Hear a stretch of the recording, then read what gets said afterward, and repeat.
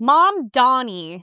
Okay, I don't know why his name is so hard for me to say. Probably because I'm not American. So, Mamdani, he co-founded the SJP at his school. That's the organization that led to the insane protests we saw on college campuses and called for another global intifada.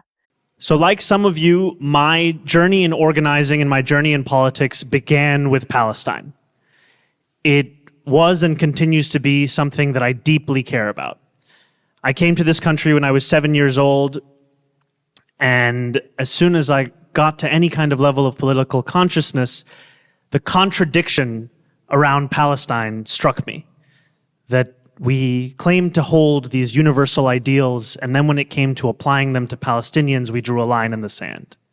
We said we cared about freedom, we cared about justice, we cared about safety, we cared about peace even, and yet we did not dare to apply those things to Palestine. And so when I got to college, I co-founded my school's first Students for Justice in Palestine. And that began my organizing journey and my understanding of how power works and how you can actually get people from consciousness to action. So he said something specific. He said, how do you get people from consciousness to action? And I'm like, oh, interesting. Interesting thing to say. First of all, just like go back to the beginning on this. Okay, you came here at 7 years old. Whatever. Okay, so to me, not really an American. So let's just get that out of the way. You want to be in charge of like the greatest city on the planet? And I don't hear you talking about anything American or anything that has to do with how incredible, hopefully it'll stay that way, New York City is. Why are you talking about Palestine? I'm sorry, like, hot take, I don't care about Palestine, if I'm being honest. And if someone was standing up in front of me and they were like, yeah, I'm running for like governor of California or I want to run Los Angeles, I'd be like, okay, so why are you talking about Palestine? What are you going to do to make this city better, to make my life better? Okay, so wait, why aren't you in Palestine? Go to Palestine then. If you're so like, if this is so powerful and moving, then why aren't you there? Oh, let me guess.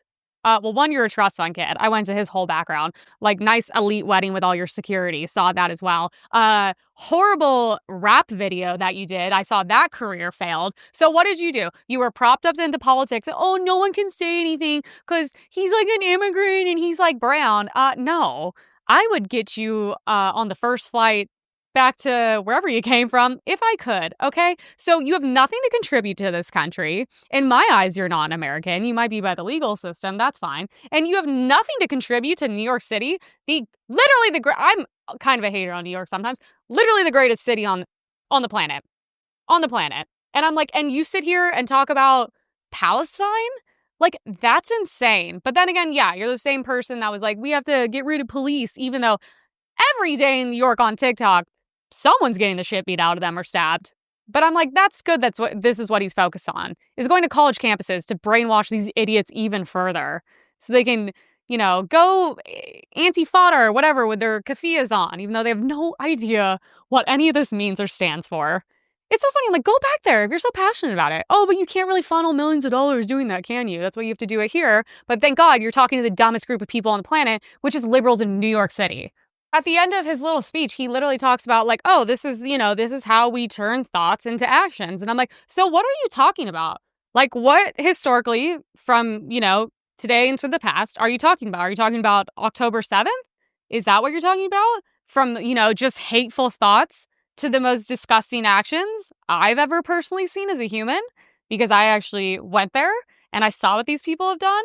And I'm like, I don't see him denouncing anything like this. And I'm just like, what are you talking about? These people it's so funny. They're the first ones to say Republicans are always inciting violence.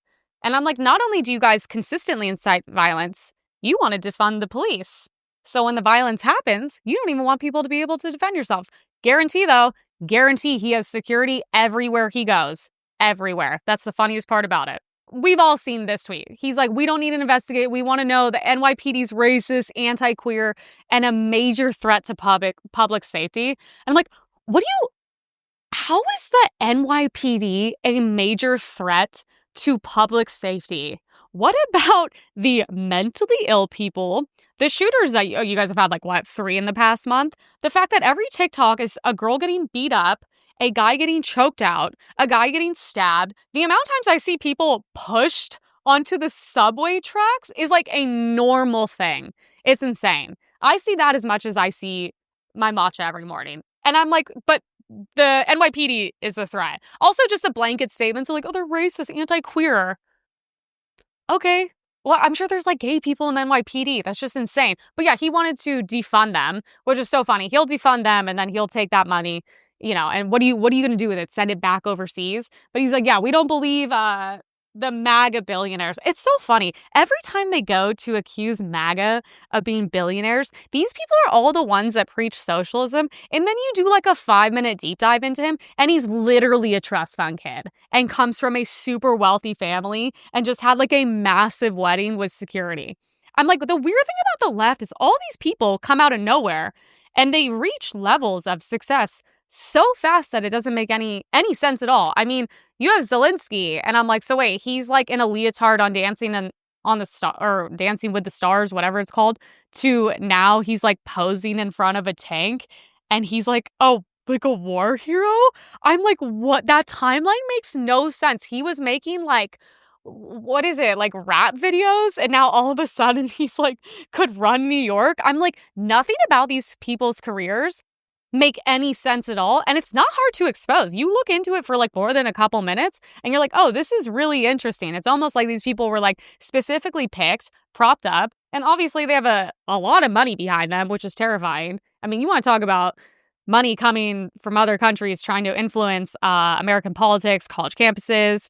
Yeah, that's exactly what this is. So in 2020, he posted the famous tweet that was like, we need to defund the police. They're racist, they're anti-queer, and they're a major threat to public safety. And then you skip to 2025, and he's like, don't believe the MAGA billionaires, Andrew Cuomo. I will not defund the police. And it's like, so what's the switch up? If you actually believe that the police are all those things and they're that bad, then what changed? What changed? Like, why would you say something so completely opposite? Like, my thing is I would never say anything like that because I know it's insane.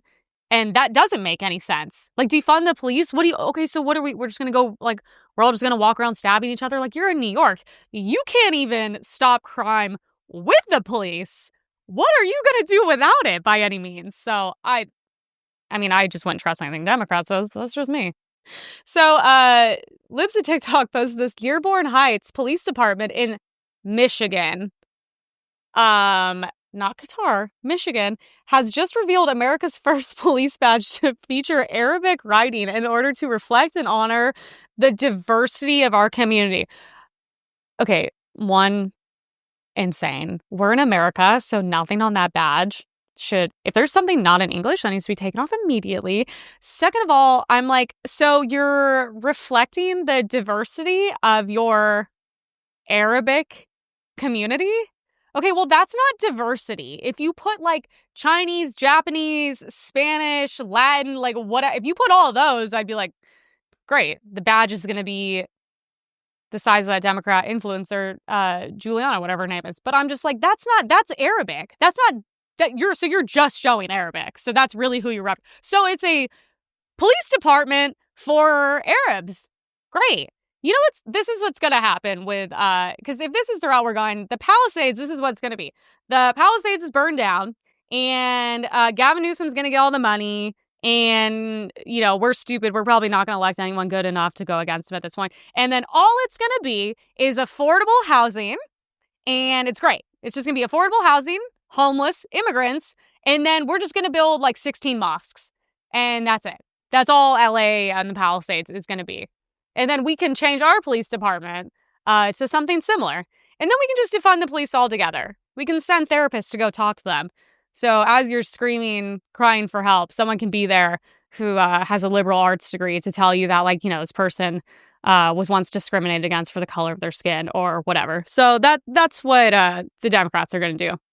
So this is great. If this guy ends up winning, I turn religious and pray to God deeply. He's not going to. That's going to be New York's next badge. But I will say it will also have the trans flag, or at least trans colors behind it. That is going to be, it will be more flavorful than this one. This one is kind of boring.